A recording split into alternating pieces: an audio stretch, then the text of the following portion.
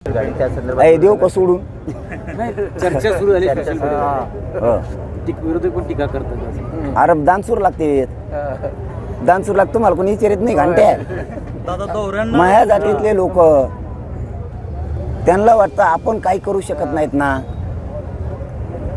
आमच्या नोकरदार वर्गाला वाटतं आपण काही करू शकत नाहीत ना बाबा. हे व्यावसायिकांना उद्योगपतींना सगळ्यांना असं वाटतं की आपल्याकडे देवाने भरपूर दिलंय ना. मनोज जरांगे पाटील आपल्या लेकरासाठी लढतो ना. मग आपण आपल्याजवळ गाडी आहे ना, देवाने आपल्याला दिली ना, कष्ट करून कमावलेली. आमच्या गाडीत बसा पाटील म्हणते. तुम्हाला कोण बसा म्हणतात घंट्या? तुम्हाला कोणी मुजीतही करावं, तुम्हाला इचेरी सुद्धा नाही, सायकल सुद्धा द्याय ना कोणी. माझ्या जातीचे लोक येतात, इंडिका आली बसा, पूजा करायची, नवी गाडी घेतली बसा. सायकलीचं पूजा करून घेतल्यात माझ्या कोण,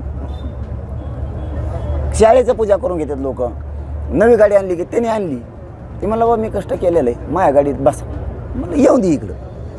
बसलो, त्यात काय काम्या घेतली का मग एक. अरे तुम्ही काही करून मी कमी होणार आहे का? माझा समाज मला जीव लावतो राव. तुमच्यासारखे मला पैसे कमायचे नाहीत, तुमच्यासारखे मला पदं मागायचे नाहीत, तुम्हाला जीव लावित नाहीत लोक. मी माझ्या समाजासाठी पैसे नाही मागत, पदं नाही मागत. माझा समाज माझ्यावरती जीव लावतोय कारण मी त्या समाजाच्या लेकरासाठी जीव पणाला लावलाय. आणि मग समाज माझा मी जसं तळ हाताच्या फोडाप्रमाणे समाजाला सांभाळतो, जीव लावतो लेकरा बाळांना.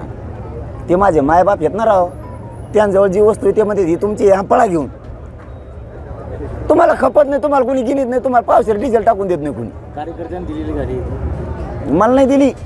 हे 2-4 दिवस हिंडूस तर नवीन घेतलाय त्यानं दिलाय. मला तुम्ही लय करून चालू केलं. देवेंद्र फडणवीस आणि बावनकुळे यांच्यात काही सिक्रेट आहे का? कशाचं मला नाही व्हावं माहिती. कोणचे संबंध म्हणता का? कोणचे संबंध? या सगळं ह्याच्या राजकारण संबंधात फरक आहे. मला नाही बाबा माहिती. नाही ह्याच्या मागं फक्त जे बावनकुळे सारखे असं बरोबर सारखं बोलतायत किंवा तुमच्यावर बोलतायत त्यावर देवेंद्र फडणवीस मागा येतं का असं वाटतं? असल्याशिवाय करूच शकत नाही.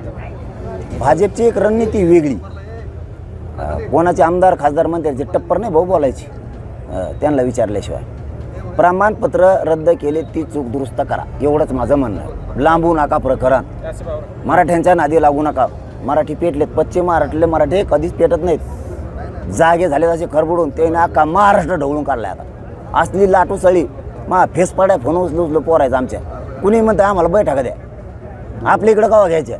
मुंबईवाले म्हणतात आमच्याकडे कधी आहे. रायगडहून फोन चालू झालेत, अमरावती जळगाव इकडून तिकडून सगळे फोन सुरू झाले जातात. यवतमाळपासूनचे मराठवाड्यात एवढाच यातला ते म्हणते तुम्ही माघारी कवा येणार आहे. म्हणलं का अर्ध्या सोडून देऊ की. इतका पश्चिम महाराष्ट्र पेटलाय भयानक. नवी क्रांती करायच्या तयारीत आता पश्चिम महाराष्ट्रातला मराठा उभा राहिला. नवी क्रांती करायची. चला धन्यवाद. धन्यवाद.